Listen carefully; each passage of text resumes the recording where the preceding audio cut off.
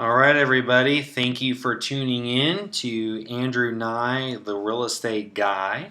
We are going to go ahead today and talk about team communication. All right, so let's go ahead and get started. All right, everybody. I'm going to go ahead and do a full live streaming here. So as I'm operating the technology on my own, as well as sharing with you. So, I'm going to have some clicking and things like that going on. But yeah, I just want to take a few minutes today, maybe a few more than that, and talk about teams, okay? So, I have some previous videos on my page from Vlog Team Tuesdays, and Vlog Team Tuesdays is focused on helping you in whatever capacity you are in a team. Now, today I want to delve into the communication side of that. I actually used to take a lot of classes in college. I went to University of West Georgia for a little while, and during that time I was really excited that I got to take public speaking. Now, what I like best about public speaking is it's something that I have done for 27 years at this point in my life. And every time I've had training and teaching about communication, I've learned a lot. The English language is the most complicated language on the planet, according to several that have gone through it. We don't quite have our own established idea of communication. We have a lot of different areas with different specific tones. You know, I spent time in London, and in London I found out, wow, thankfully I was doing a lot of gaming at the time, and I had some Call of Duty friends, Modern Warfare, and during that we would game together, and they taught me the differences between the King's English, plain British, and then the Welsh and the Black Irish and the different dialects. And doing that helped me a lot when I actually got overseas for the first time in my life on a trip by myself, no mom, no dad, no grandma, no brother, no sister, go figure. And I got to actually experience the culture, and I had a foundation that allowed me to experience the culture in a greater way. Now, how does that experience apply to what we're going to talk about with teams? Well, it's really simple. Without communication, we really can't do much of anything. So, I'm going to go ahead and start with a quote.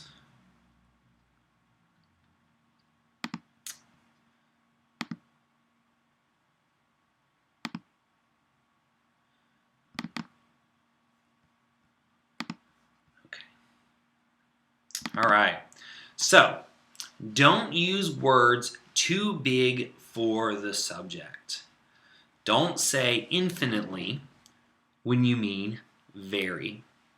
Otherwise, you'll have no word left when you want to talk about something really infinite. That is from C.S. Lewis. I'm going to roll this chair out here, kind of help myself a little bit. Actually, let me get this light down a little bit. That's way too distracting.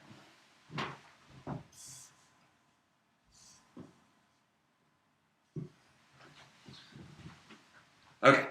My hope is that I will get a full studio set up to make these look a little bit better, but I am an active real estate agent, and my video that I planned on doing at 2 o'clock today has turned into 6:30 Eastern Standard Time between contracts, appraisals, meetings, and new buyers wanting to do contracts. So Anyway, this is what we do. I love what I do. And the reason I love what I do is because I have a team of people that help makes the dream work.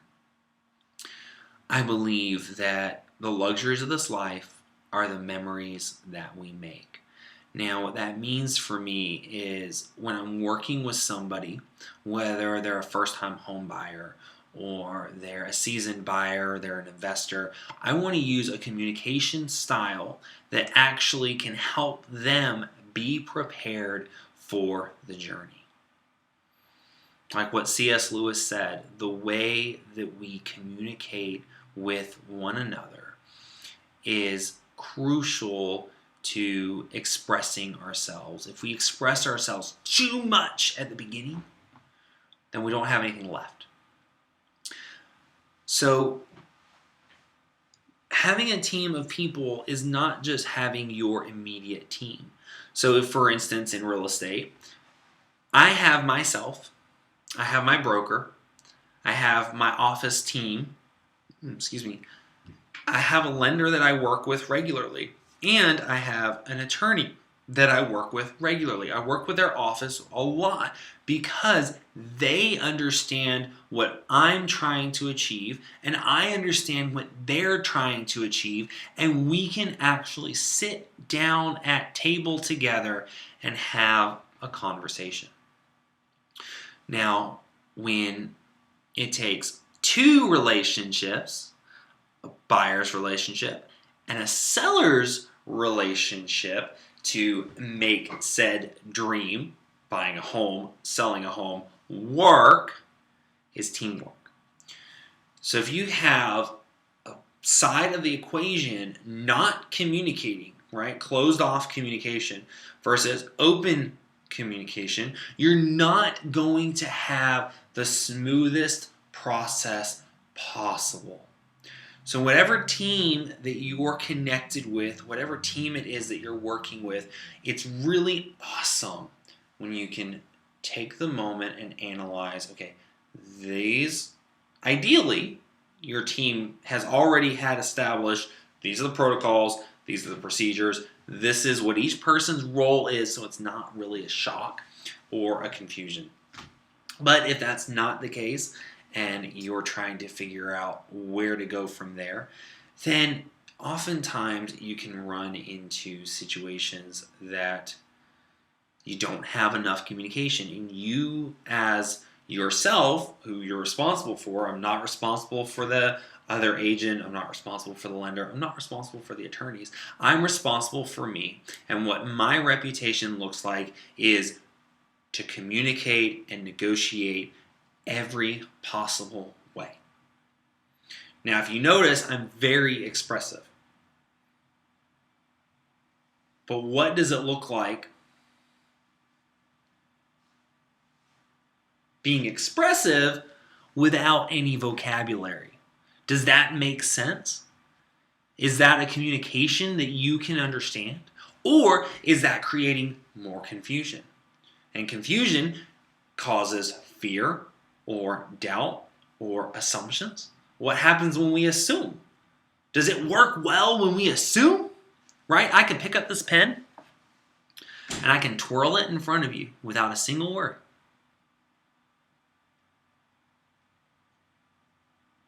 And you can read my body language and you can guess, okay, he's twirling his pen. Is he thinking?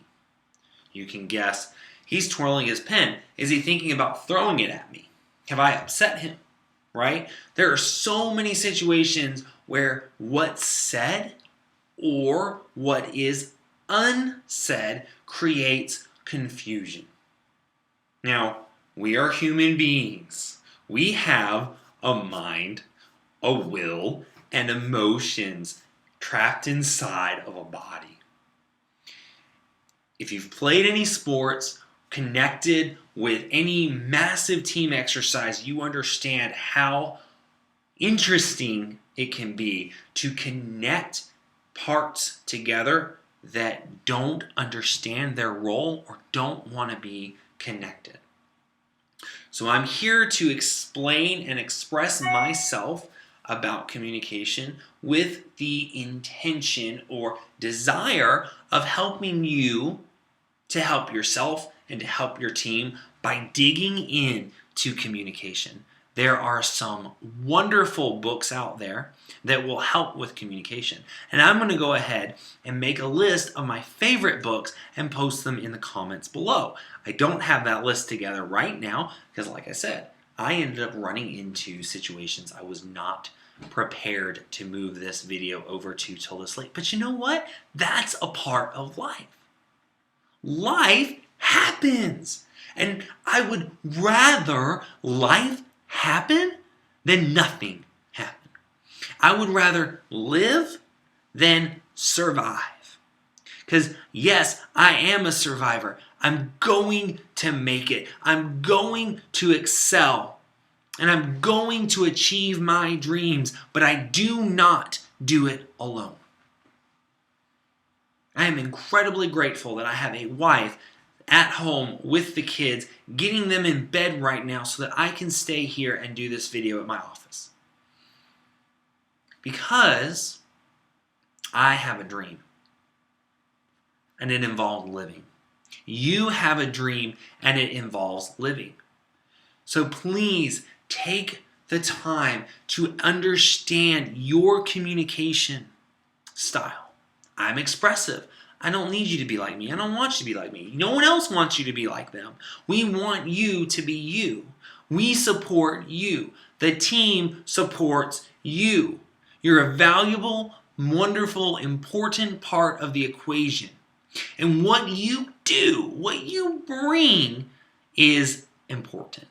Yes, we all have areas to improve. Yes, we have areas to work on. And I am explaining and expressing, I want you, to be you, and to practice your communication.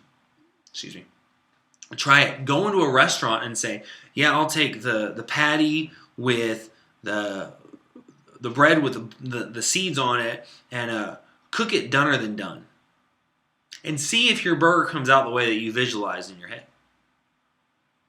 Practice it, play with it. You don't want to play with people's emotions, but you want to understand what works for you in communicating. If I get up every day and I do the exact same routine, I'm surviving. I'm not doing something that's generating a future for myself. I'm repeating the motions like a clock or the cogs in a wheel. I'm just rolling that wheel, rolling, hoping, and I'm not getting far away. So let's go ahead and go to our next quote. See what we think about that. Okay. Yeah, this goes right along with where we're at in the talk. All right, so don't use words too big. Change that to Mr. Rogers, everybody's favorite friendly neighborhood leader and influencer. Anything that's human is mentionable, and anything that is mentionable can be more manageable. When we can talk about our feelings, they become less overwhelming, less upsetting, and less scary. The people we trust with that important talk can help us know that we are not alone.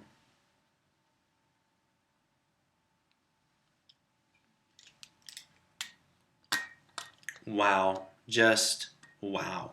I'm going to leave that up for a moment as I describe a situation that just happened.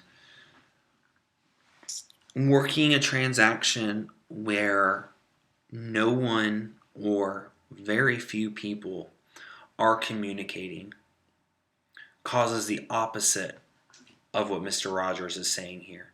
He's saying that everything that we have going on, and this is my interpretation, this is my understanding of what he's saying, that we as humans are mentioning people. We need to mention or to vent, to let out what's going on inside of us. Because we understand once we get the pieces out, they can make more sense and they become more manageable, more able to be dealt with. When we talk about our feelings, they're less overwhelming, less upsetting, less scary. So on the opposite side of said transaction is when people will not talk. The overwhelmingness becomes stronger. The frustration becomes greater. And the scariness becomes terror. The people we trust with the important talk can help us know that we're not alone. So, what happens when the team that you're a part of doesn't recognize the trust between the parts? A lot of struggle occurs. A lot of fear occurs. And I dare say a lot of misunderstandings occur. So as we begin to wrap this up, I want to let you know that the emotions you feel inside are not yours to carry alone. In a professional transaction, there are professional advisors or experts for a purpose. In my field of work, it's real estate. In my field of work, it's the realtors or the real estate professionals. Being a realtor is a specific designation of a code of ethics designed to help you with the emotional, counseling, professional, understanding side to get your best interests voiced. Now, most companies use a mediation clause in their contracts or in their hiring paperwork that says, before we go sue somebody's, beep, we slow down and we seek to come to an agreement. Now that agreement, I'll go ahead and try to block that light a little bit. There we go. Is that more comfortable to take a look at? And well, it's not going to be if I move out of the way. All right, so I'm going to stay still, right? I'm going to pick my box. I'm going to stay here for just a minute. The reality of the need to share is great.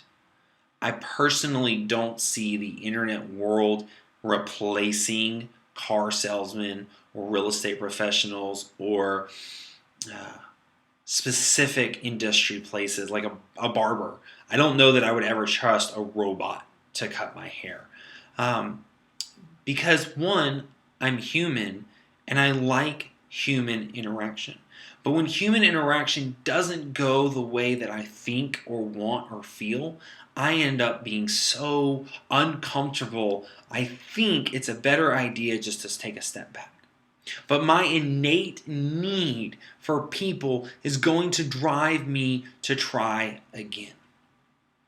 So as we go to our last quote, I am going to reset the camera a little bit.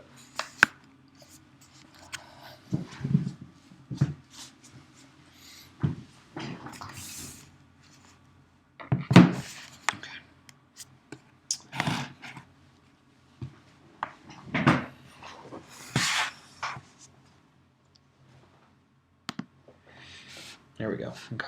All right. So let's go to our next quote.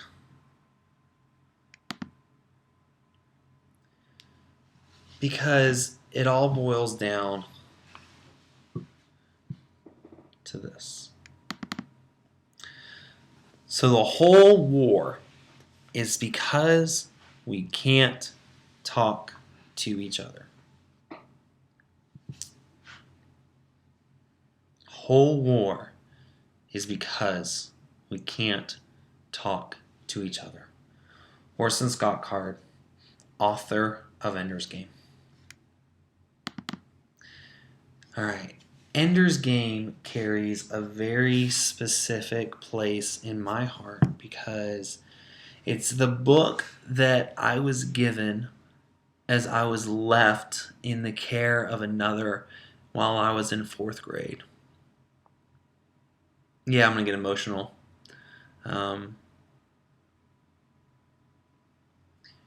My name is Andrew, and in Ender's Game, the main character's name is Andrew Ender Wiggin.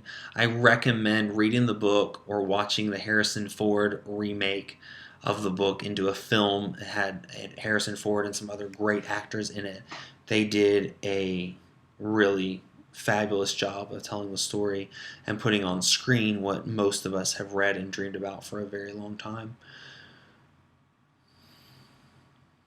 The war is so we can talk to each other.